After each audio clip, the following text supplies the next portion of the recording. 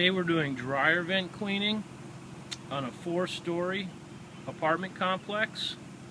81 individual dryer exhaust ducts, approximately 20 to 40 feet in length.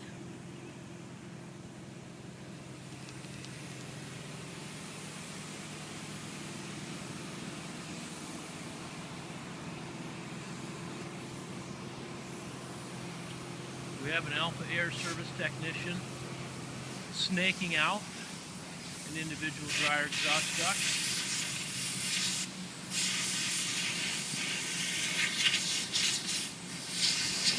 We use gas-powered equipment, 200 psi, reverse whips, and agitation devices to remove the debris from the dryer vent.